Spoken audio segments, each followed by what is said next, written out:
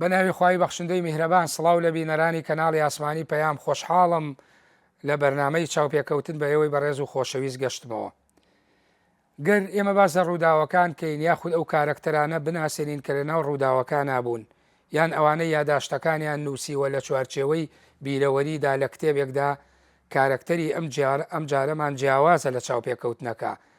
ئەوەی کە ڕووداوەکانی بۆ ئەو هێشتۆتەوە خەت و هێڵ و نووسین و پیت و ژمارە و وشەکانە لە ڕێگەی وشەکانیەوە توانیوێتی خزمەت بکات. گەر خەڵک بەلوولەی تفەنگەکان کێشەکانی یەکلاب کردبێتەوە ئەم کارکتەرەی بەرنامەی چاوپێکەوتن لە ڕێی قامیشەکەی دەستێەوە گزارشتی لەوە کردووە کە ڕووداوەکان بۆ نەوەکانی سەردەمی خۆی و دوایینەوەی خۆی بگوازێتەوە. بەشێک لەو ڕووداوانەی کە دروست بوون یاخود ئەوەی کە پێی دەوترێت بانگەوازی ئیسلامی لە باشووری کوردستانە بە تایبەتی لە دوای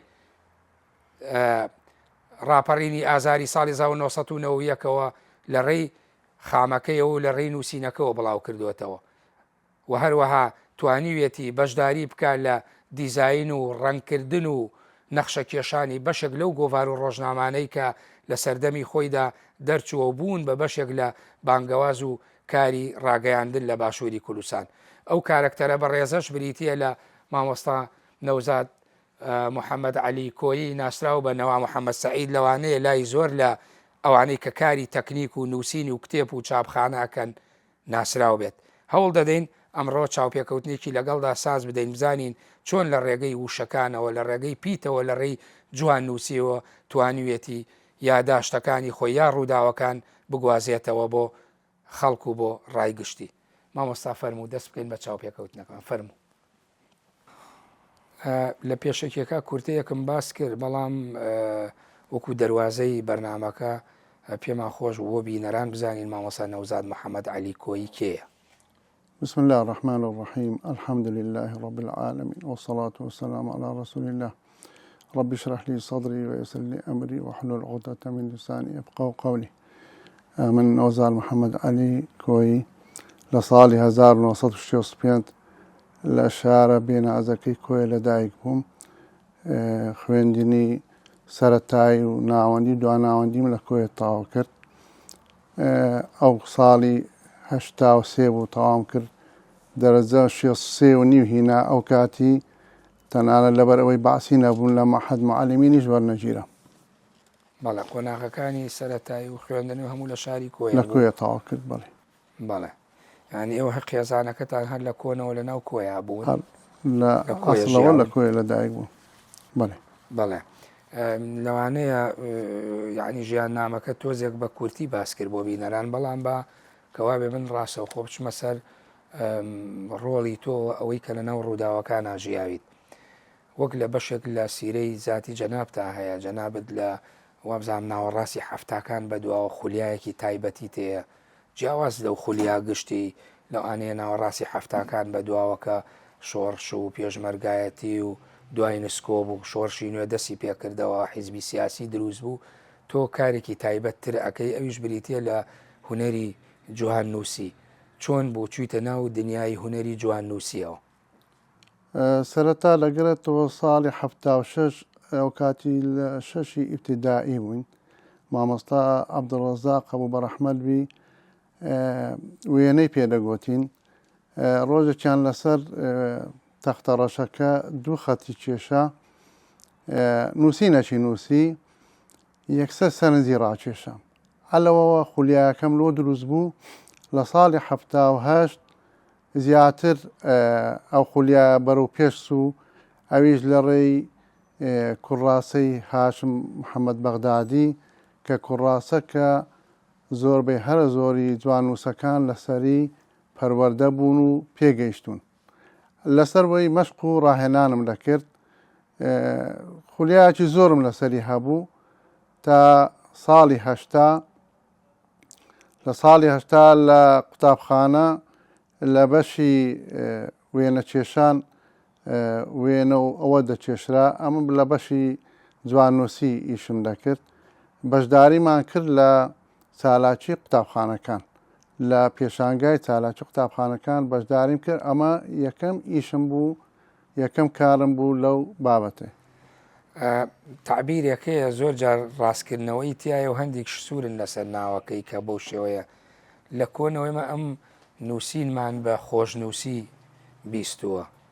ئێستا هەندێک جوان نووسیش بەکارێن ئەگەر وەکو تعبیر کە تۆ زیاتر ئێستا بۆ بە جۆرێک لە ئیختیساست و پێشەیی بوونی تۆ لەما دەرەکەوێ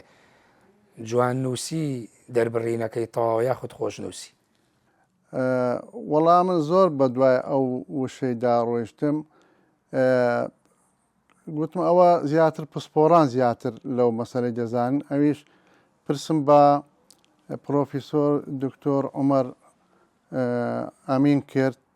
وریا عومەر ئەمین کە پسپۆرە لە زمانی کوردی ئەو زۆر بە جوانی ڕوونی کردەوە گوتی جواننووسی ئەسڵترە وەک لە خۆشنووسی هەردووچیان دروستە بەڵام جواننووسیەکە ئەسڵترە چونکە خۆشنووسی لە بۆ شتی هەزدار بەکاردێ مەسەڵەن دەرێ ئەو شتە تامی خۆشە چێژی لێ بکەیت چێژی لێ بکەیت بەڵام ئێستا مەسەڵەن ئەگەر بڵێ ئەو شتەی وەڵا ناڵی خۆشی نووسیە دەری جوانی نووسیە ئەویان زیاتر بۆ بینینە بەڵێ بەڵێ جوانەکە ئەسڵە بەڵام ئەو گوتی دەکرێت هۆردوو چیش بەکار بێ بەڵام جواننووسیەکە ئەسڵترە لۆ خۆشی بابەتێکی لە فەیسبوک لەسەر ئەو بابەتەی بڵاو کردەوە. ئێستا ئێمە لێرە جواننووسی بەکاربێنین یا خۆشنووسی ئەمە وەکو ڕەئی خۆم زۆر پێداگیریشی لەسەر دەکەم جواننووسیەکە ئەسڵترە و جوانتر و ڕێکترە لە بۆ ئەو بابەتی کاتە چەند ساڵە لەوانەیەوە بە هەڵە هەرهات بێ لە ڕووی زمانەوە دەڕووی ناوەڕۆکەوە یاچی مانایەکە بەخشی بەڵێ یعنی بەلای هەندێکان و لاەوە نیە کە هەڵە بیتن یعنی بەس بە زۆری ئەم وەکو ڕەئی خۆم دەرێم هەڵەیە ماناکەی پڕ بەپڕی جوان نووسیە باشە جوان نووسی بەکارێنین جوان نووسی هوەرە بەهرەیە سەلیقەیە یاخود ممارەسەیە هەردووچیانە یعنی خوای گەورە ئەو بەهرە دەداتێ هاتوش لەگەری دەبی مەشق بکەی ڕاهێنام بکەی خولیات هەبی لەگەری بە بەردەوامی ئیشی لەسەر بکەی نابی لێی جیا ببیەوە ئەجینا یعنی لەوانەیە لەبیرت بستیەوە دەبی بە بەردەوام مەشق و ڕاهێنانی لەسەر بکرێ لەوەی پەرە بەو خۆشنووسیە و جواننووسیە بدرێتن. بەڵێ من نامەوێت لەم بەرنامە زیاتر قسە لەسەر ئەو پیشەیە بکەم ئەوەندەی هێندە ئەمەوێ ماجەرای پشتی پیشەکەەوە بەکارهێنانی قسەی لێ بکەین و بیخینەوە ناو بەشێک لەو ڕووداوین لە ناو مێژووی ڕابردووە ڕویان داوە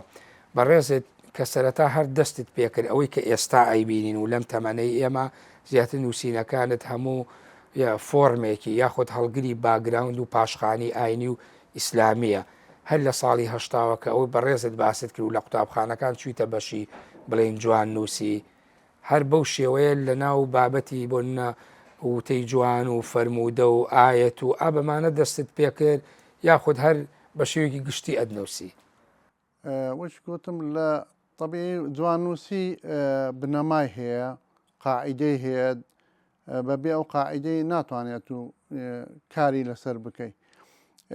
ئەسڵ و بنەما و بنەڕەتی جواننووسی لە ئیسلامەوە هاتیە لە قورئانەوە هاتیە مێژوەکەی لە بۆ قورئان دەگەڕێتەوە یا لە ڕێی قورئانەوە پەرە بەو هونەرە درایە یعنی مەسەڵەن ئێستا کە قورئان نووسرایەتەوە بە خەتی نەسخ نووسرایەتەوە پێشتر بە خەتی کوفی دەنووسراوە دوای پەرەی پێدرا بە خەتی نەسخ نووسراوە کە بووە بنەما لە بۆ جواننووسی کە خەتی نەسخ بە لە دوای خەتی ثولث کە خەتێکی زۆر گرانە بە جوانترین خەت دادەندرێ و سەر و سەلیقەی دەوێتن. بەڵێ ئەو جۆرە خەتانەی کە باست کرد و مێژوەکەیشت باس کردەمە بۆ قورئان و بۆ ئیسلامە گەڕێتەوە یعنی ئەوەی کە جوان بنووسیال وەکو جەنابێت کاری جوان نووسی بکە ئەتوانێت دەسەڵاتی بەسەر کۆی ئەو نووسینە جیاوازانەدا کە ناویان لێنراوە هەبێت یاخود ئەویش بۆ خۆی تایبەتمەندی تیاوەرەی ژیرێت. ئەمن دای من دەیشوبهێنم بە پزیشکی یعنی کو پزیشکی پسپۆڕاتی تێدا هەیە جواننووسیش ئەو هەیە یعنی مەسەن پزیشتێک لە یەک نەخۆشی پسپۆری وەردەگری بەڵام بەگشتی لە هەمووان شارەزایە ئیمەش ئەو هایە سەن ئێستا من لە خەتی دیوانی پسپۆری وەرگرتیە لە خەتی دیوانی زیاتر پەرەی پێدەدەم و گرنگی پێدەدەم لە خەتەکانی کەش شارەزایم لێ هەیە و دەژنووسم و بە تایبەتی خەتی نەسخ ئێستا زیاتر پەرەی پێدەدەم. بەڵێ بێگومان ئەم شان بەشانی ئەم کارەی بەڕێزت هەمووەکو شوناس و ناسنامەی بەڕێزێ هەمووەکو ئەوەی کە باسی جۆری نووسینەکانمان کرد کە زیاتر وەکو کەسێکی ئاینی یا کەسێکی ئیسلامی ئەنووسی ئەبینین لە ساڵانی هەشتاکانە ئیتر هێدی داوە و بانگەوازی ئیسلامی سەرباری ئەوەی کە حیزبی بەعەس جەبەروتێکی زۆری هەبوو و خەڵکی چەسانە و مەترسی هەبوو لەسەر ژیانی ئەوانەی کە بانگەشیانە کرد بۆ سەحوەی ئیسلامی بەڕێزی شت لەو کاتانەوە تێکەڵ بووی بە کاری ئیسلامی و بانگەوازی ئیسلامی ئایتوانیت شان بەشانی ئەو بانگەوازە تۆش لە ڕێگەی بانگەوازەکەی تۆ لە ڕێگەی نووسینەکەتەوە بێت؟ وەڵا سوپاس بۆخوا ئەمن لەوەتی خۆم دەناسم ئەو کاتی خوای گەورە هیدایەتی دایم لە ساڵانی هەشتاکان لە هەشتا و دوو ئەوە یعنی زۆر بە هیوایوەی بووم شۆرشەکی ئیسلامی دروست ببی یعنی دەمگو ڕۆژێکدا بێ شۆرشەك دروست بی لەژێر ئاڵای لا ئیلاهە ئیلا الله بەر لەوەی تۆ هیچ حرەکە و هێزێکی ئیسلامی بناسی خۆت ئاوا بیر گەورە وەڵای ئەوەی خستبۆ ناو دڵی من یعنی ئەو ڕوحە جیهادیە لە ناو دڵمدا جێگیر ببوو و بە تایبەتیش نامیرکەکانی مامۆستا حەبیب محەممەد سعید بەڕەحمەدبی کە دەیخوێنیەوە دەربارەی ژانی سەحابەکان یعنی ئەو ڕوحە جیهادیت تێدا دروست دەکەی ئەم خۆم بە پەروەردی ئەو نامیرکانە لەزانم هەتا لە ساڵی هەشتا و چار کە مامۆستا عومەر تیمارجی ئەو شەهید کرا لە ڕێوی شریتە ئەو کۆڕە کرا دەربارەی شەهید بوونیوی مامۆستا ئاینیەکان ئەو کۆڕ و ئەوەیان کرد یعنی مەبەست ئەوە ببوو برا کۆبوونەوە گشتەکەی حوزەیرانی هەشتا و چوارە کە لە چوار قوڕ نەکرا بۆی بەڵێ بەڵێ و بە تایبەتی ینی باسی ئەو کات لەو کاتەوە ئەمن هەستم کرد ئەو شۆرشە ئیسلامیە زیاتر تەکەرە بکا و پەرە بسێنی و بە تایبەتی کە مامۆستا عەلی هەڵەبجەیی باسی مامۆستا عەلی باپیری دەکا کە گەنجێکی ئاوایە و ئاوایە یعنی ئەوە زیاتر لە دڵمان جێگیر بوو. ئەو کاتانە کە لە دڵتا جێگیربوو و بەچی پێگەیشت بە کاسێت بوو بەحات بۆ کۆیە ئێوە دواتر بینی تانایی ئایا چی بوو یعنی ئەم تۆ لە ناو شاری کۆیت و ساڵی هەشتا و چوارە و وردە وردە گفتوگۆی تەنانە نێوان دوو هێزکە لە هەشتا و سێ و ئەوانە بەدواوە بوو یەکێتی نیشتیمانی و حکوومەتی عێراقی بوو ئیش کۆتایی هات وردە وردە پێشمەرگە کشایەوە شاخ مەترسی دروست بوو یعنی ئالەم مەترسیە ئێوە ئەتانتوانی بەم کاسێتانە خۆتان تەقویە بکەن و بیر لەوە بکەنەوە کە لە ڕێگەی ئەم کاسێتانەوە بتوان تەغزی ڕۆحی و مێشکی خۆتان ئامادە بکەن بۆ شۆڕشێ ئەمە ئەو کۆڕ و کۆبوونەوەی ئەوە لە ڕێی شریتەوە لە بۆمان هات لە ڕێی کاسێتەوە جێبیسی دەبوون جێ ماڵی ڕادەگرت بۆ ناو شاری کۆیە لە ناو کۆیە بەڵێ ئەوەش بووە بنەمایەک و سەرەتایەک لە بۆ ناسینی بزوتنەوەی ئیسلامی ئەو کات هەتا لە ساڵی هەشتا و حەفت لە ڕێی مامۆستایەکی بەڕێزەوە کاسێتێکی مامۆستا عەلی باپیرمان لۆ هات دەربارەی یادی لە دایکبوونی پێغەمبەری صلی الله علیه وسلم کە ئەو کاتی حیزبەکانیشان کۆ کرد بۆ ئەو کات باسی ئەو شۆڕش و ئیسلام کە جیهادە و ئیسلام وایە ئەوە زیاتر پەرەی پێداین وردە وردە کاسێتمان لۆ دەهات هەر ئێوە ڕێخستان هەبوو هەڵقەی ڕێخستن یا هەر بە شێوەیەکی ناڕێکخرا و ئەم کاسێتانە ئاهات و لەسەر ئەساسی بڕوا و متمانە وەرتانە گرت و گوێتان لێگرت ئەمە لە ڕێی برایەکیەوە ناوی کاگڕەشید بوو ئەو پەیوەندی هەبوو لەگەر برایان پەیوەندی لەگەڵ مامۆستا عەلی باپیرە بوو نەخێر لەگەر برایەک لە ڕانیەی لە کاگ لەشکر ئێستا بەڕەحمەدبی لە ڕێویەوە کاگ لەشکر کاتی سەر بە بزوتنەوەی بوو لە ڕێویەوە کاسێتەکانی دەینا ینی حتا باسی دەکرد ینی مەزموعە کاسێتەکی هینا هەر مەترسی کەوتە سەرجانیشی ینی ئێستا نەرەبە ئەمن بۆ شێوەی ئەوها ئەو کاسێتانە بۆ نوعیبی هینابە ئەوەش لە وەکو دەرێ لە گەرمی و لە حەماسەتی خۆی بۆ ئەو کاری کرد دەیهنا ئەمە دگە لەوە بڵاوکراوەشی دەینا کاگڕەشید بڵاوکراوەکانمان دەدیت و بەتابەتی لە کاتی چی بوون بڵاوکراوەکان ئەوەی لەسەر ئەوەی گۆڤاری باوەڕ بوو دەنگی باوەڕ بەڵێ دەنجی باوە لەگەر ڕۆژنامەی بزوتنەوەی بوو ئەو کاتی بزوتنەوە تقریبا 92 دەرچوو بەڵام لە هەشتاوە ئەخیری هەشتاهشت دەنگی باوەڕە بوو وە پێشەوەش گۆڤار هەبوو هوینی بزوتنەوەی پەیوەندی ناوی ئاسۆی ئیسلام و ئەوانەتان بۆ نەهات ئاسۆ نابەت ئەوەی دیکە و دەنجی باوەڕ ئەو لەگەر ڕۆژنامەش بوو لەگەڵ وێنەکانی هەڵەبجەی چیمیابارانی هەڵەبجەمان کردەوە هات یعنی سەدمە بوو لە بۆمە بەڕاستی ئەمە کاریگەری هەبوو بۆ ئیشەکەی تۆ لە ناوکۆیە هەر بەمەوە وەستا یاخود لە ڕێی هوەری نووسینەکەتەوە پەرەت دابەوە کە تۆش لە سوچێکەوە خاوەنی پاشخانێکی ئیسلامیت خزمەت بکەی بەو داوایە ئەوەش خۆی سەرەتایەک بوو لە بۆ هوەرەکەی من یانی زیاتر لە بۆ داوەش بەکاری بینین لە ناو کۆیە ساڵی 1970 بەڕێزت نووسنگەیەکی خۆش نووسی یا بڵین جوان نووسی تەبێ خۆت باسیەکەی بە تعبیری خۆ دەڵی وەکو مەقەڕوا بوو نووسنگەکەی من گەنج زۆر دەهاتن هەرچەندە نووسنگەکەی من لە دایرە ئەمن زۆر نزیکیش بوو بەڵام خوای گەورە پاراستینی یعنی ئەو گەنج و ئەوانە دەهاتن کۆ دەبوونەوە بەڵام ڕۆژێک لە ڕۆژان یەک لە ئەندامانیوان نەهاتن بڵێن ئەوە چی ئەو کۆبوونەوە دەیکەن هەتا یعنی وەکو فیعلە وەکو بارەگایکی لی هاتوو ئەو دوکانە ئەو شوێنی جوان نووسی وەکو ئامرازێک بەکارتهێنا بۆ گەیشتن بە گەنجەکان بۆی داوایان بکەیت لە ڕێی ئەوە یاخود ئێوە لە دەرەوەی جوان نووسیەکەی تۆ لەژێر ئەو تایتڵا ئیشی ترتانەکرد لە ناو نووسنگەکەت لە ئەو کات هەشتاونەوە نا یعنی بەو شێوە ڕێخستنەکی ئاشکرا نەبوو برێ ئەوها ئەو گەنجانە بینی و لەژێر یەک ڕێخستن کۆیان بکەوە یعنی بەس بە گشتی لە بۆ پێناساندی ئیسلام و شارەزابوون لە ئیسلام نەک وەکو برەی بە ناوی دەوراتی جوان نووسی ئەوانەوە کۆ نەبوونەوە یای خول بکەنەوە بۆ جوان نووسی و هەیە هوەری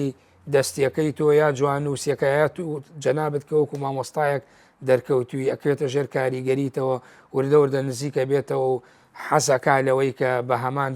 تام و بۆن و ڕەنگی جەنابتەوە کە ئەویش بێت لەو کارە بکات و بێتە ناو ئەو بازنەوە کە ئێوە ئیشتانتیاکە ئەو کار لە بۆ ئەو خولە خۆش نووسێمان جوان نووسێمان نەکردەوە لە ساڵی 92 بوو ئەو خولەمان کردەوە ئەویش ئەو کاتی لە بارەگای بزوتنەوەی بوو ئەو کاتی بارەگای بزوتنەوەی لە مزگەوتی ئیسکان بوو لە کۆیە بەر لەوە بێمە سەرەوە ئێوە پێشەوە بزوتنەوە بێ یا ڕاپەڕیمێ و بێتە کۆیە پەیوەندیتان کرد و بە بزوتنەوە یعنی وەکو ڕاستە خۆ نەخێرنا ڕێخستنی بزوتنەوە لە ناو کۆیان نەبوو وەکو ڕاستە و خۆننا بەڵام ئەمە لە ڕێی مامۆستا تاڵب بە ڕەحمەتبی لە ماڵیان کۆ دەبووینەوە هەفتانە لەسەر کتێبی ماذا یعنی ئینتیمائی للئیسلام ئی فەتحی یەکنی لەسەروی دەرسمان دەخوند و ئاگامان لە ڕووداوەکان دەبوو بەڵام ئەگەر سەیری مێژووەکەی جەنابەت باسی گۆڤاری دەنگی باوەڕەت کرد لە ژمارەکانی سەرەتایە کۆمەڵە چالاکی بزوتنەوە لە دوو شوێن زۆر گرنگ باسەکە بەشێکی لە بینی جادەی کۆیە و سماقۆڵی کە بارەگایان لە سماقۆڵی هەبوو تەبعاً فەرعێکی بارەگاکەی مەلەکان بوو منتیقەی خۆشناوەتی لە کۆیەوە نزیک بوو چالاکیان هەبوو ئاهاتنە سەر جادەکان لەگەڵ جەیش و سوپا ڕوبەڕووە بوونەوە و لە منتیقەی هەڵەبجەشیان بوو ئێوە هیچ ئەم دەنگ و باسانەتانە بیست بە تاکید دەمان بیست یعنی خەبەریشمان لۆ دەهات زۆریش پێی دڵخۆش دەبووین بەڵام یعنی بەس وەکو ناساندن و ئاگا لێبوون بوو بەڵام ئەتانزانی ئەمە بەشێکە لەو بیرکردنەوەی ئێوە ئەماکە وەبزانم ئێوە ساڵی نەوەتە لە ڕێخستنەکان یا ئەوانەی کە ئەڵی پەیوەندیمانە بۆ بە یەکەوەی کەسێکتان تایە قوتابی وەبزان بەشی ئیداری و اقتصادە بە ناوی کاکەری وانە پێکەوە بنکارەکەن ئەو بەهۆی جموجوڵی زۆریەوە حزبی بەعەز دەستگیریەکە ئەو زانیاریە تەواوە بەڵێ وایە لە ساڵی چۆن بوو ئەوە ئەو برا لەگە ئیشی دەکرد بەڵام زۆر پەیمان دەگۆ زۆر ئاگادار بە کارکردن یعنی ئەوها نابیتن ئەو ئەمەی بە گەنجێکی بە حەماس بە بوو حەماس بە زۆر یعنی دەویست ئەوها کارەکان زوو پێش بکەوی زوو بە دیار بکەویتن دەمانگۆ دەیبیشەکان بە حکمت بی یعنی ئەو تۆمەتی زۆر ئەوەی دەداینە پاڵ دەیگۆ یان وەک بڵێ دەترسێنەوەوانە بەڵام دیار بوو خەبەری لێدرا بوو بەڵام ببوورە بارەوە وەڵام بیتەوە ئەوەی ئەوی شەر تەواو بووە گەنجێکی بە حەماس بوو ویستێتی زوو پێ بگا ینی حەماست بۆ ئیسلام حەماسە لۆ ئیسلام بەڵام دەبی حکمەتی لەگەر ڕاستە ئەگەر حکمەتی لەگەر نەبیتن دوای ینی عاقبەتەکەی باش نابی خەبەری لێدرا خەبەری لێدرا بوو بەڵێ پێش گوترا بوو یعنی بەڵام زۆر حەزەری نەکرد یعنی پێیان گوت ینی خەبەری وهەیە کە بگیرێەوە یاها بە ناڕاستە خۆ پێگوترا و بەڵام ئەو زۆر گوێی نەدایە وەڕبوو لە ساڵی 90 گیرا دەستگیر کرا دوای شەید کرا دوای لە ئینتیفازەکەی لە هەولێرێ گواستیانەوە لە بۆ بەغدا لێ بەڵێ لێ شەهید کرا لە ئەبوو غرێب ینی دوای ئینتیفازەکەی بڵێ یەکێک لەو کارە گرنگانەی ئێوە ئەو پەیوەندیکردنی ئەو سەرەتایە بۆ دواتر ڕاپەڕینە بوو یەکێک لە شوێنە کاریگەرەکان یا گرنگەکانی بزوتنەوە کە بارەگایە بێت و تەنانە ڕوبەڕووبوونەوەش دواتر لەگەڵ هێزەکانی تراڕۆیان ناو شاری کۆیە تۆ چۆن توانیت ئەم هوەری جوان نووسی خۆت کە بزوتنەوە لە سەرەتاوە هاتە خوارەوە تەنانە لە تەلەڤیزیۆن و لە ڕۆژنامە و بڵاوکراوەکانە هێزێکی زۆر کاریگەر بوو لەوانەیە هەندێک لەو هێزانەی ئەمڕۆ تەلەڤیزیۆن و ڕادیۆ و میدیای کاریگەریانەیەک و بزوتنەوە نەبوو بن ئێوە چۆن توانیتان لە ناو کۆیە بەم هوەرەی خۆت با بڵێن بەڕێزت ڕۆڵی ڕاگەیانی بزوتنەوە یعنی کاریگەرکەیت و دیار و بەرچاوێت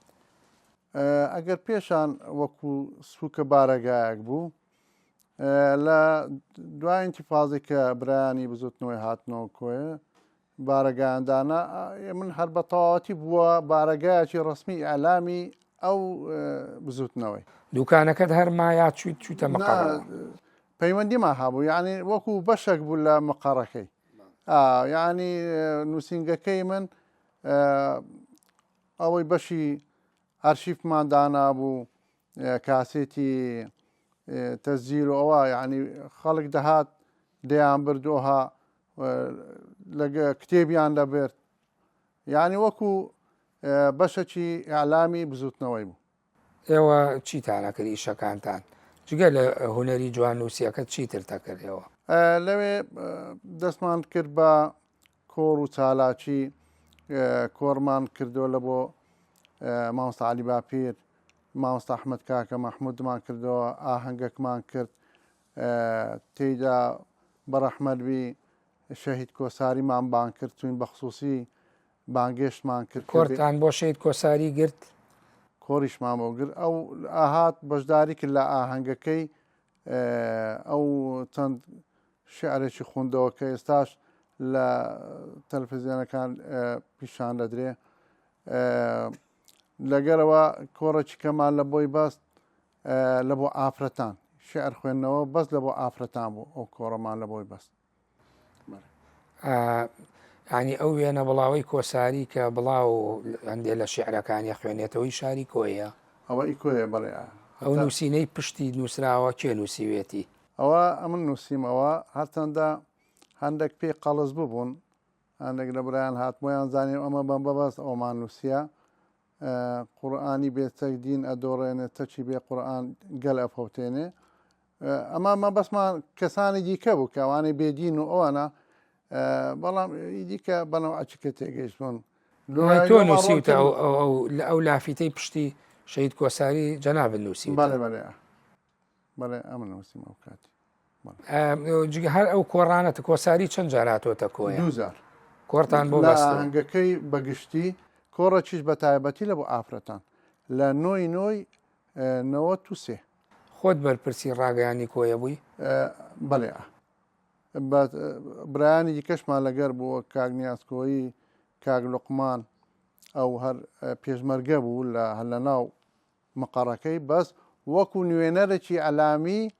خۆمان بوو لەوێ ینی مەسەن هەواڵی ناو مقڕ و ئەوە زیاتری لە بۆ دەهینان مەستا ئەمە بە بەردەوامی لەم قەڕ نەبوون ینی دائیمەن وەکو بەشەکی نووسینگەی ئیعلامەکەی بن لە کۆی. بەڵێ بەس وابزانم ئێوە بڵاوکراوەکیشتان دەرەکرد بە ناوی ڕووناکی ئیسلام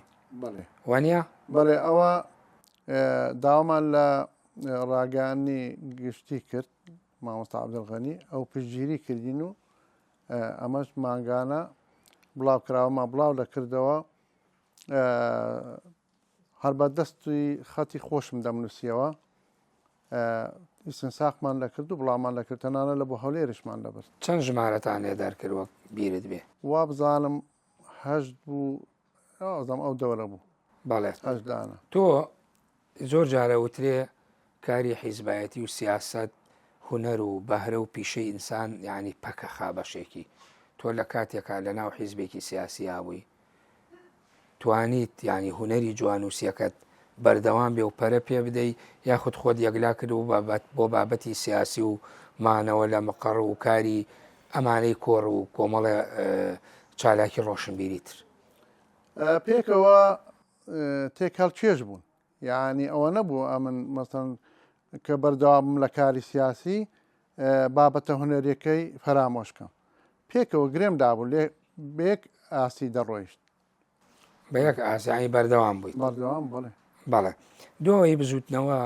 تووشی نسکۆ بێ لە بڵێن لە کۆتایی ساڵی 1993 چەند مانگێک لە شاخە و دوایی دێتەوە ئەمجا قۆناغێکی تازە دەست پێیەکە لە کاری ئیسلامی ئەم قۆناغە تازە کۆمەڵێک ڕۆژنامە و گۆڤار دەرەکات جەنابەت توانیت ڕۆڵت هەبێت لە کاری هونەری و دیزاین و جوان نووسی ئەو ڕۆژنامە و گۆڤارانە دواتر دێمە سەرەوەی ناوی ڕۆژنامە و گۆڤارەکان لێ پرسم زام کارت یا کردوون. لە نەوەت کۆتایی 94 کاتێک بارەگەکانی بزوتنەوەی لە سلێمانی هاتنەوە دامەزرانەوە ئەمەش لەوێ توین لە بەشی ئەلام ئیشمان کرد لەگەر کاکنیازی وە بوو هەفتەنامەی جەماوەر دەست پێکرا ئەمن دیزاینەکەم دەکرد هەفتەنامەی جەماوەر ژمارەیەکی لە ناو مەڵبەندی سلێمانی دەرچوو ئەو کاتە کاک جەمال ئەشرەف قارەمانی خاوەن ئیمتیاز بوو تۆ ئەو کاتانە ئەو دیزاینەی ژمارەیەکی جەماوەر بەڕێزت کردت هەتا لە یەکەم ژمارەوە هەتا کۆتا کە گەیشت بە ئیعلامی گشتی لە سەرەتاوە تا کۆتای ئەمن دیزاینەوە دەکرد کە دیزاینەکە بە شێوەکی زۆر سادە و ساکار دەکرا ئەو کاتی لە دەرەوە تایپمان دەکرد دوایی لەسەر وەرەقەی بە کەتەر و بە کەتیرەی لێکمان لەلاو بە شێوەکی زۆر زۆر سادەش بوو بەڵام ناوەڕۆکەکەی و شێوازی ئەو خواسی خەڵکی لەسەری زۆر بوو زۆر کاریگەری بوو بەتابەتی لەبەر ئەوەی تازە کە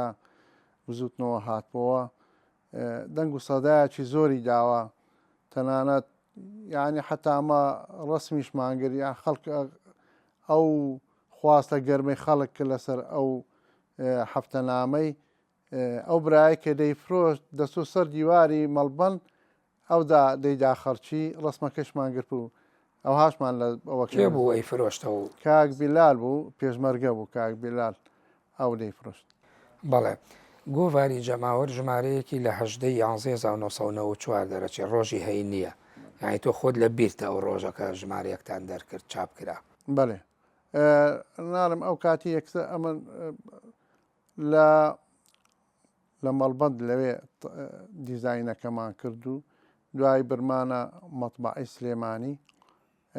ئەو کات وەکو تەبعی زۆر پێشکەوتوش نەبوو ینی وەکو ئیستنساخەکی بەزیستاخەکی زۆر جوان بوو لە شێوەی تەبع بوو ئەلەوێ بە چاپمان لەگەیاند و دەکەوتە دەستی خوێنەرە. جەماوەر دووسێ قۆناغی هەبوو قۆناغێکیان وەکو بڵاوکراوەی بەشی ڕاگەیانی مەڵبەند بوو قۆناغی دووەمیان بوو بە سەر بە مەکتەبی ڕاگەیاندن بەڵام لە نووسنگی ڕاگەیاندنی سلێمانی قۆناغی سێم پێم وایە لە ژمارە سیەکان بە دواوەیە 32 شتێکی وایە ڕاستەوخۆ چێتە سەر ڕاگەیانی مرکزی تۆ تاوەکو ژمارە سیەکان بە دواوە هەر خۆت دیزاینت کرد هەتا ئەو کاتی ئەمە دیزاینم دەکرد هەتا ئەو کاتی کە تۆ سەر مەکتەبی ئەلامی گشتی های نەتوانانی دوایی بەردەوامی لەگەڵیان چونکە ئەو لە بردیانە هەڵەبجەی ئالامی مرکزی لە هەڵەبجەی بوو ئەم بە حکمی ئەوەی خۆم دەوا لە سلێمانی بمینێمەوە ئێوە لە هەولێرەوە هاتبوون لە سلێمانی بوون لە سلێمانیش نەتوانانی بچنە هەڵەبجە بۆی بەردەوامی دیزاینەکەی بکەیت ئاخە بە حکمی وەی هەل کاری ترما هەبوو لە ناو ئالامی مەڵبەندی سلێمانی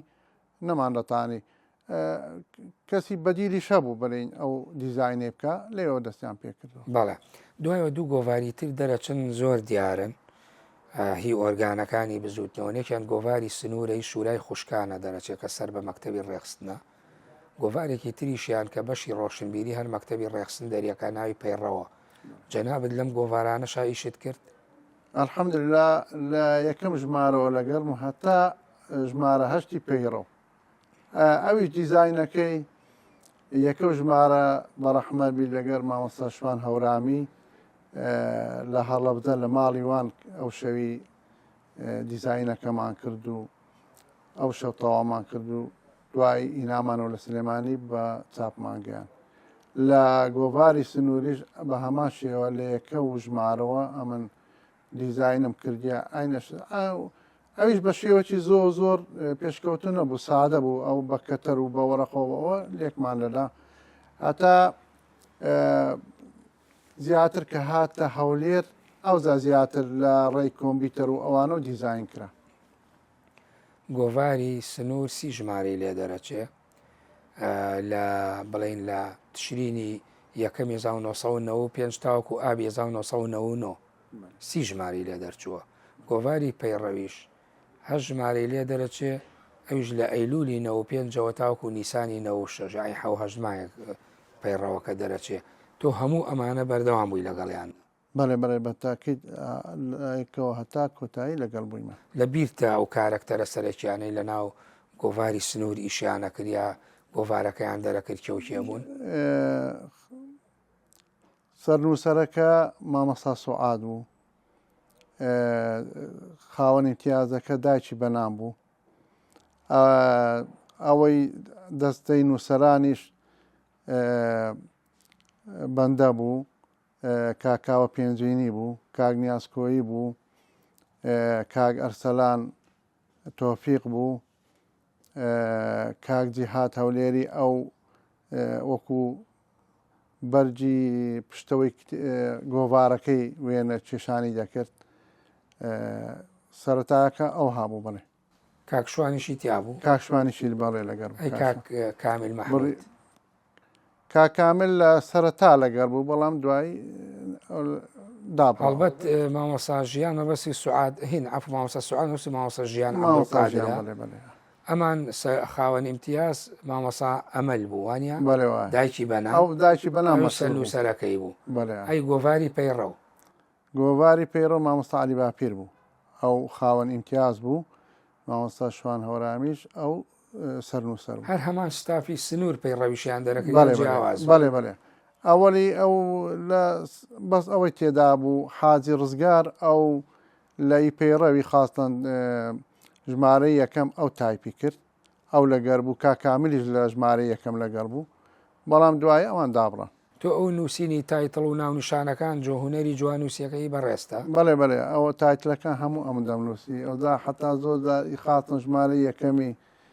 کاشمان بەڕەحمەدی کە پێشان دەکرد پێشانم دەدا دەیگۆ زۆر جوانە زۆری ڕالێ بوو بەڵام نووسینی شتان نەبوو تایە لە پەیڕە و نەخێر پەیڕە و بەس دیزاینم دەکرد لە گۆڤاری سنوور بەڵێ لە پەیڕە بەڵێ دیزاینم دەکرد بەڵام لە سنوور دیزاینیشم دەکرد بابەتم هەبوو حەقلەک بوو گوڵبژێرێک لە فتوای هاوتەرخ جگە لە بابەتی دیکەشم تێدا بڵاو دەکردەوە ئەی لە جەماوەەر لە جەماوەریش دیزاینم دەکرد و بابەتیشم تێدا بڵاو دەکردەوە بابەتی بڵاوکردەوە بە ناوی وەڵا داری وا بوو هەر باوکی ئاوارە بوو باوکی محەممەد نەوە محەممەد سعید ئەبوو ناوانە بوو ناوی خوازراوت زۆر بوو بەێ بەێ زادوانە بەێ ناوی خوازراوت زۆر بوو بەڕێزێ بەڵام ئەبینم ینی جەنابەت لە گۆڤاری سنوور ئەوەی کە ساختکردنەوەی بۆ کراوە بەڕێزت اختصاسی وەرەگری زیاتر لە مەجای ژنانە یا بڵێن ئافرەتانە ئانووسی بۆچی تۆ زیاتر چیتە و مەجای فقهی ئافرەتان و ئەو مەجالانە لە کاتێکا تۆ هوەری جواننووسی ئەوانەتە بوو هەستمەکرد بایەخێکت بەوە لێەوە بایەخەکانت دەست پێیەکە یەک لە فەزلی خوای گەورە ئەو بابەتەیە هەست دەکەم و هەستشم کردیە بابەتی ئافرەتانە ناو کۆمەڵگەی کوردەواری خۆمان بەڕاستی زۆر یعنی خەڵک تێیدا شارەزانیە یە بۆ بە تایبەتی لە فقی ئیسلامدا لێە ویستم لەو ڕێیەوە ئەمن ئیسلام بگێنم بەو خەڵکە ئافرەتانیش بناسیێنین بە کۆمەڵگەی کوردەواری لە ڕێی ئیسلامەوە بەڵێ و بە تایبەتی ئەو پرسیارە حەساسانەی کە هەبوو و ئێستاش هەیە کە ئافرەتیدا شەرم دەکا ئەو پرسیارانە بکە ئەمە لەو گۆڤارەی لە بابەتی گوڵبژێرێک لە فتوای هاوتەرە ئەو بابەتەمان دەوروژان بۆ ئێوەی پیا و ئاسان بۆ ئەوەتانە کرد وەڵاهی زۆری ئاسان نەبوو بەڵام ناچار دەبایە پێداویستی قۆناغەکەش بوو پێداویستی زۆری قۆناغەکەی بوو و بەتە ئێستا شەروایە ئێستا لە بابەتی ئافرەتان بەڕاستی زۆر جەنابەت هەر بەردەوامی لەو بابەتە ئەلحەمدوللیلا بابەتێکی زۆر گرنگ لە ناوەڕاستی نەوەتەکان وروژێنرا بە ناوی بووک و زاوای موسڵمان نامیلکەیە دەرچوو لەوانەیە بڵێم دوو ڕێی لەسەری دروست بوو ڕێیەکیان وەکو سەقافەیەکی ئیسلامی بۆ ئەو گەنجانەی تازە ئەچنە بازنەی هاوسەرگیری و پێویست بوو هەم بۆ پیاوەکەم بۆ ئافرەتەکە ڕێیەکی تریان ئەندازەیەک ئەو بابەتانی زۆر بە ئیباحی نەئەزانی یعنی ئیسارە بکرێ و بڵاو بکرێتەوە بە پێداویستی ژن و مێردی مسلمانیان نەئەزانی کە لە سەرەتا چنە بازنەی هاوسەرگیری جەنابەت چۆن بوو بیرت لە دەرکردنی ئەو نامیلکەیە کردەوە وابزانام ئەو نامیلکەیە بە ناوی باوکی ئاوارەشەوە دەرەچوو بەڵام دواتر دەرکە و وابزانام جەنابەت بوویت ئەو بابەتی مەسلەی بووکوزاوە ئەوە مەسلێکی زۆر هەستیار و حساسە لەنا کۆمەڵگەی کوردەواریشمان لەو بابەتی زۆر نەشارەزانە لە لاشیان بوویتە عقدا یعنی ئەو کاتی ئەمن بەسەراحەت ئەوەی هاندەر بوو ڕووداوەک بوو یعنی وای لێکردم هانی دام ئەو بابەتە بورژێنم ئەوەش لە سەرچاوەکەم لە ئەوەی دەرینا لە کتێبی ژن و مێردی ئیسلامی بەختەوەر کە ئەو بابەتانە زۆر بەگشتی تێدایە ئەمن لێم هەڵێنجاو کردمە نامیرکە کولەوەی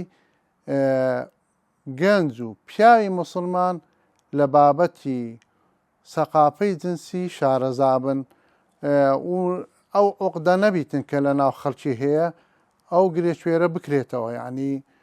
خەڵک لی شارەزاوی فعلەن کاریگەری بوو بەڕاستی کاریگەریەکی زۆری بوو یعنی ئەمن پێم دەگەیشتەوە حتا لۆیان باسکردین یەکە خوێنبیەوە چوو بوو داوای لێبورنی لە خێزانی خۆی کردبوو ئەو نامیلکەیە ئەو دوو تەحەدی باسم کرد تۆ لە ناو هێزێکی ئیسلامی شایت خۆت ئەزانی کۆمەڵی خەڵکی تیا بوو یعنی لە هەر جۆرێک لە مەحافزکاری خۆپارێزی هەبوو ئەمانەت ڕوبەڕوو نەبوویەوە بەڵێ ئەمن لە ئەوەلەوە کە ئەو نامیرکەم دەرکرد بڕیارمدا لە دڵی خۆمەوە گوتم ئەگەر سەریشم لەسەر دانابی ئەو بابەتە هەر دەبی بڵاو بیتەوە چونکە پێداویستی هەرە زۆری خەڵکیە ئەوە بوو لەلایەنی ئەلمانیەوە لەسەری نووسرا لە ینی حتا توهمەشیان خستە پاڵمن گوتیان کاتێک نووسلە ئەوە لە بڵاوکراوەکەی وانوەستا کاتێک نووسەر هەستی کرد کەوتیتە هەڵەوە هەستا بە کۆکردنەوەی نامیرکەکە بە 300 دینار ئەو کات ینی وەکو دەرێ ئینسان ئەگەر تۆ کۆت نەکردەوە تۆ نەبووی ئەو برادری کە ئەو نامیرکەی چاپ کرد و بە چاپی گەیان هەر لۆ خۆی هات لە سلێمانی لە بەردەمی ئەو بەرامبەر سەرای هینا ئەو نامیرکانی ڕیز کرد نووسی بووی نامیرکەی بکو زاوە مسلمان بە 300 دینار نییە بە 3 دینارە ئەوها ئەو ڕەتی دابەوە لەلایەنی بزوتنەوەشەوە هەندێک برا دیارە بە تێنەگەیشتن لە ئیسلام دەنا ئیسلام زۆر فراوانە ئەو بابەتی تێدا زۆر بەفراوانی تێدا باسکرا و لە قورئانیش باسکرا و لە حەدیسەکانی پێغەمبەری صلی الله علیه وسلم گوتمیان لەبی ئەو کەسە بدرێتە مەحکەمە هەتا سکاڵان گەیان بۆ لای مامۆستا عەلی باپیری مامۆستاش کە خوێنبووی ئەو گوتووی ئەوە مەحکەمەی لۆ چییە شتێکی ناشەرعی نەکردیە یعنی ئەوە بۆ شێوەی بوو بەڵێ بەڵام تۆ بۆچی ئەی کەواتە ئەگەر نەترسایت خۆت ئەفەرمووی ئەڵەی تو ماگە سەری شمپەڕێنمە هەر بەڵایەکە بۆچی بە ناوی باوکی ئاوارەوە کردی بۆ بە ناوی خۆتەوە نەبوو ئەو کاتە یعنی شێوازەکە وای دەویست یعنی ناوەکە دەبا بۆ شێوە بێتن دەنا ئێستا بڵاوی کەمەوە ئێستا ناوی سەریحی خۆمی لەسەر ئێستا کتێبی ژن و مێردی ئیسلامی بەختەوەر هەیە لەناو ئەم کتێبە ئاماژەت پێدا و بابەتە جێ کردوێتەوە دیسانەوە تایە خۆی ئەسڵی بابەتەکە لە ژن و مێردی ئیسلامی بەختەوەرە یعنی ژن و مێردی ئیسلامی بەختەوە خرە و کاتە سەر بەخۆ بوو ئەم جارە ڕاستە لە کتێبەکە دەرێ نابوو لەم چاپە تازانە تایەتی کردوێتەوە لە ناویدایە ئەدا من ئەوم لە بیرتوو کە زانیم ئەو بەو شێوە ئەو کاردانەوەی هەیە ئەو زانی نامیلکە چکەم هینا بڵاو کردەوە بە ناوی ڕەوانەوەی گومان لەسەر نامیلکەی بوو و زاوای مسلمان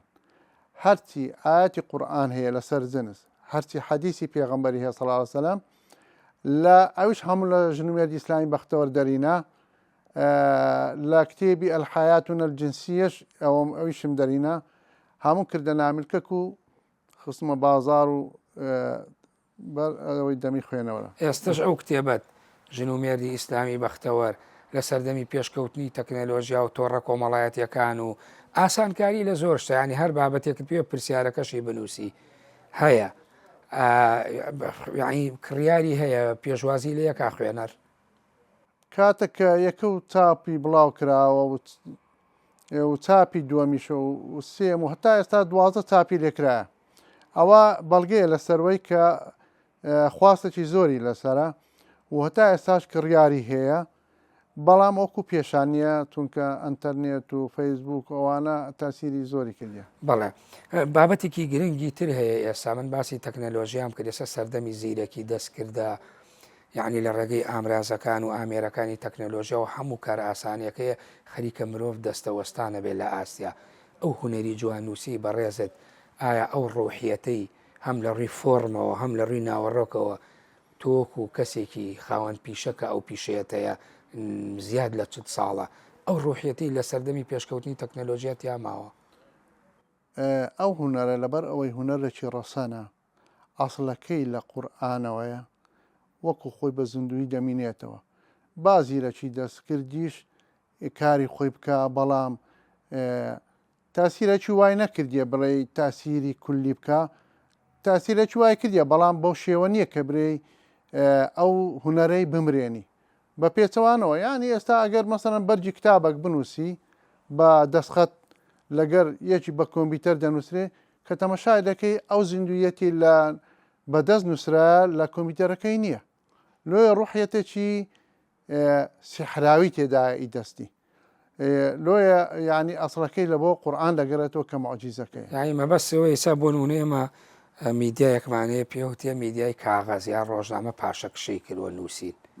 خەڵک لە ڕێی ئینتەرنێت و مۆبایل و ئایپادەکەیەوە یا لە ڕێی ئامێرێکی تەکنەلۆژیاوە هەموو شتێکە بینیەوە خوێنێتەوە یعنی ڕۆحیەتی ڕۆژنامە و گۆڤارەکە هەرماوە لە بەرامبەر ئەم تەکنەلۆژیا ئەمەی بەڕێزیش هوەری جوان نووسەکە هەر هەمان بەهای لە دەست نەیاوە بەهاکەی وەکو خۆی مایە بەڵام این لە ڕووی مەسەرەن بازرگانیەوە لە ڕووی بازرگانیەوە دێنێت بە کۆمپیوتەر دەینووسن ئەوە شتێکیکەیە بەڵام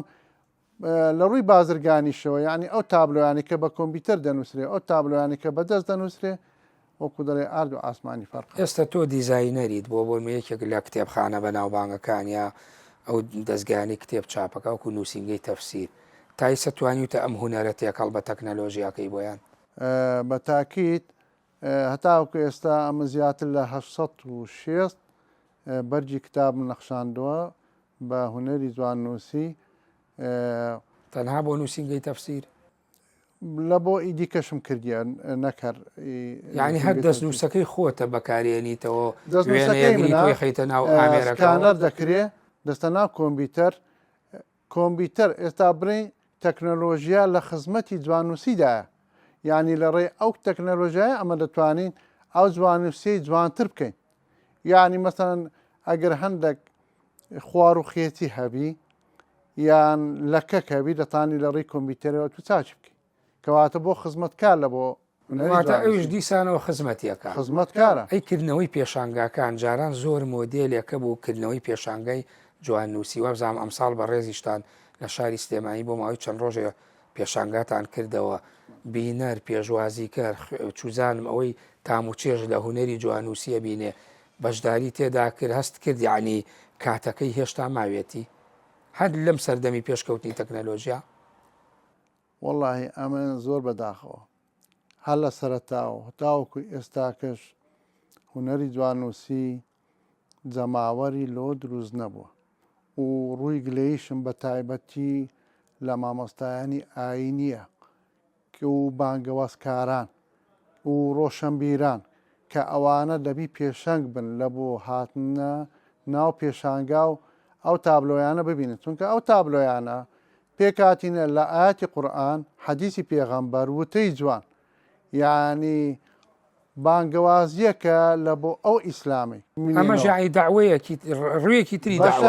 بەشەکە لە بانگەوازی چونکە وەچی گوتم پێکاتی لە ئاەت ئاەتی قورئان و حەدیس پێغەمبەر کە ئەوە بانگەوازیەکەیە یعنی ئەمە خزمەت بەو ئیسلامی دەکەین یعنی پێویست بوو ڕۆشنبیران بەگشتی و بە تایبەتی شاری سلێمانی خۆشەویست ئەمن ڕەچاوی وەم دەکرد خەڵکەکی یەکجا زۆر بەهاتمە بەڵام بەداخەوە جەماوەرەکی وای نەبوو کە بڵێ وەکو پێویست بی ئەو ئەمن گوتم لەوانەیە لە هەولێر بۆ شێوە نەبی بەڵام لە سلێمانی زیاتر کە بە پایتەختی ڕۆشنبیری بەناوبانگە بەڵام بەداخەوە بۆ شێوە نەبوو هەولێریش هەروانە یعنی بەبەستە یا هەمووی وەکو یەکی لێ هات دەڕێم هەولێر دەرێم لە هەولێر ئەگەر تۆزێک ئەوە بۆ چاوەڕێم دەکرد لە سلێمانی زیاتر بەڵام ئیتر هەر لەوانەیە بەشێکی زۆری سەرقاڵی خەڵکو وەبوونی ئامێری زیرەک و ئانە کاریگەری هەیە ئەمە یەک دوو ئێوە جاران دەوراتیش خولتانە کردەوە خول هەبوو ئێستا وەزام ئەو خولە نەماوە کە تۆ گلەی لە گەنجان لە خەڵکی وەک پێویستنێن خولیکردنەوەی جوان نووسی ماوە تا بێن فێری هونەری نووسین بن یەکە جاری دیسان ڕووی گلەی لە وەزارەتی تەربیە دەکەین وەزیری تەربیە حەق وایە بابەتی هونەری جواننووسی یان خەت جوانکردن بخەنە منهەجی خوندن یعنی لۆ ئەوەی ئەو قوتابی کە لە کۆلیژ دەرچوو خەتەکەی وانەبی وەکو خەتی ئیبتیدائیبی بەڕاستی ئەمە خەتی دەرچووی زانکۆم دیکە عینەن خەتی ئیبتیدائیە یعنی زۆر پێ دوایە ئەوەش هەبێت جاران پێشکەوتوتر بۆ کە بەڕێزت باسی ساڵانی هەشتاکان بەشێکە بووە بەڵێ داران منهەج بوو لە خوندن بەڵام ئێستا بەداخەوە فەرامۆشیان کردیە داوایان لێ دەکەم بیخەنەوە منهەجی خوندن لەوەی ئەو هونەرە هەم ڕەسەنایەتی خۆشی بسەلمێن نووسینێکە بوو تعبیرە لە بیرمە لە سەرەتایی خەتی جوان ڕاستی ڕوونتر دەکاتەوە ئێستا خەڵک گلەی لە دکتۆرەکانەکە زۆر هەڵێم دکتۆرانە یا خەڵکە زیرەکەکان و ئەوانەی خەڵک بە عەباقیرە و بەتوانای نەزانێ کاتی سەی دەستخەت و نامەکانیانەکە یعنی بە ئاسانی لێ تێناگە بەڕێزت مەبەست ئەمەیە بەڵێ بە تاکید یعنی بۆ تایبەتی دکتۆران یعنی ئەوە باوەڕتە بیزاری وایە لەبەر خەت ناخۆشیان لەوانەیە ئەوەی لە سەیدەلیە دەرمانێکیکەی بەغەڵت بداتێ یعنی ئەوە دەفتە مەترسی لە بۆ سەر ڕاستیانی خەڵکی کارێکی گرنگی بەڕێزێت کە لە بەتەنیش هونەری جوان نووسیەکە و سەلیقەکەوەیە نووسینی کتێب و بابەت و وتارە تۆ چیت نووسیوە وەکو پێشتر وتم تۆ لە بواری ئافرەتانە ئەسپی خۆت تاوداوە لەوانەیە لە ڕۆژنامە و لە گۆڤارە کارت کردووە لە بریەوە بابەتێکی ڕۆژنامەی یا بابەتێکی سیاسی فکری مێژووی بنووسی ئەو مەجالەت زیاتر بایەخ پێداوە لە مەجای تری نووسینە هیچ بڵاوکراوە نووسینت هەیە تۆ؟ سپاس بۆخوا تاوەکو ئێستا 33 بەرهەمم بە چاپ گەیشتە لە وەرجێڕان و لە نووسینیش. کامەیە بەرهەمەکان نەمانەیە؟ بەرهەمەکان یەک لەوانە لە سەروی هەمویانەوە تەفسیری مویەسەرە کە کراوە کوردی وەرگێڕانە. بەڵێ ئەمن بە شاکاری دەزانم لە بۆ خۆم بە زمانەکی زۆر سادە کە هەموو خەڵک تێی بگە بڵاومان کردیت. لە ئێستادا خوێنەر یا ئەوانەی مهتەمن بە تەفسیری قورئان و شارەزابوون لە ئاەتەکانی قورئان، یعنی ئەم کتێبە بەلایەنەوە پێشوازی لێ ئەەکەن ئەیکڕن چەند چاپت کردووە گرنگە؟ الحەمدولیلا هەتاوەکو ئێستا نزیکەی 6 چاپی لێکرایە بە چەند قەبارەکی بە تیراژی زۆریش، بە تیراژی زۆر. یەکەوت جار بە تیراژی 3000 دانەکرا، 2000یان خێرخوازێک لەسەر ئەرکی خۆی وەکو دیاری داینا لە بۆ مامۆستایانی ئاینی و ئەوانە. تاپەچیکەیان خێرخوازێک کردیە هەدیە لە بۆ ئەوانی حافظ قورئانن. ئەوەی دیکەش ئاینەشت چاپمان کردیتەوە. ئێستاکەش دووبارە دەمانێت چاپی بکەینەوە بە دیزاینە چیکە. چگە لەوەی لە بوارەکانی تریشە یعنی نووسیوتە زیاتر نزیک لە تەفسیر و بواری ئافرەتانە نووسیوە؟ بواری ئافرەتانە کۆمەڵایەتیە، بە تایبەتی ئەوە فتوای هاوسەرخ بۆ ئافرەتان ئەوە پرسیاری حەساسی تێدایە کە لە بۆ گشت ئافرەتان زۆر پێویستە کە لێ شارەزابن و بیخونەوە. ئەمانە چی چۆن شان بەشانی یاگەر بینەرێ بڵێ تۆ لەگەڵ هوەری جوانوسیا کارت کردووە، چۆن ئەمانەت دیسانەوە ڕژاندۆتەوە ناو هوەرەکەی خۆی و یاخود ئەوەی کە پێوتێ بانگەوازت پێ کردووە؟ ئینسان هەر کارێکی دیکە هەمووی دەگەرێتەوە لە بەخوای گەورە. فەزلی خوای گەورەیە کە ئەو بەخششەی بە من بەخشی. خوای گەورە دەفەرمیەوە کانە فەضل الله عەلەیکە عەظیمە. بەڕاستی من ئاەتی لەسەر خۆم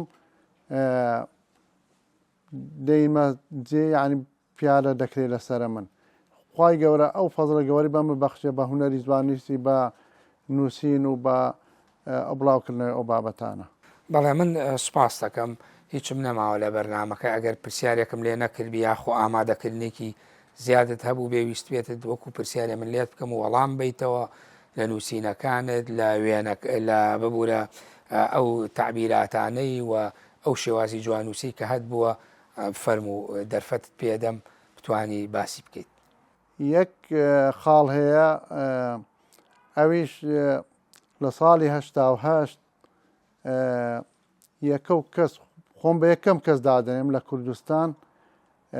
هوەری جوانووسیم بەکارهێنا لەسەر ئاوێنە. نووسین لەسەر ئاوێنە کارێکی زۆر زەحمەتە، سەلیقەی دەوێ لەبەر ئەوەی یەکەمین ئەتوو کە دەنووسی خۆت دەبینیەوە فڵچەکە بەلووسی لەسەری دەڕوا لۆیە بەکارێکی ئەستەم دادەدات. جگە لەوەش ئەو ئاوێنەکەی من تۆزە گەورە بوو چاوەڕێی وەم دەکرد بشێ، بەڵام ئەلحەمدوللا خوای گەورە کردی کە بە سەلامەتی ئەلحەمدوللا بانجام گەیان. یانی نووسین لەسەر ئاوێنە ئاسان نییە. ئێستا زۆر ئاسانە، چونکە لە ڕێی تەکنەلۆژیاوە کام شتی ورد و حساسە دەتوانی یەکسەر تەبعی دەکات لەسەر ئاوێنەی نەک بەدەست بەڵێ. چونکە من لەو مەعرەزی لە سلێمانیش کە بەشدارم پێکرد ئاوێنە چیکە بودیسان ئاەتەکەم تێدا نووسی ئەو بە 2 مانگ تەواوم کرد، ئەوەی دی ساڵی 1970 ئەو بە 2 هەفتەی تەواوم کرد. بەڵێ من سوپاسی مامۆستا نەوزاد محەممەد عەلی کۆیی یەکەم ناسرااو بە نەوا محەممەد سەعید سوپاس دەکەم لەم دەرفە دەتوانیمان ئەم چاوپێکەوتنە ساس بکەین. ئەمری زۆر خۆشحاڵبوون، زۆر سوپاسان دەکەم لەوە ئەو بەسەرکردنەوەی زۆر مەمنون. سوپاس بۆ بەڕێزتان. بەڵێ بینەرانی بەڕێز و خۆشەویست بەم شێوەیە هاتمە کۆتایی بەرنامەی چاوپێکەوتن تاوەکو بەرنمەیەکی تر بەخۆی گەورە و میهرەبانتان دەسپێرم. کاتێکی خۆش بۆ هەموو لایەک.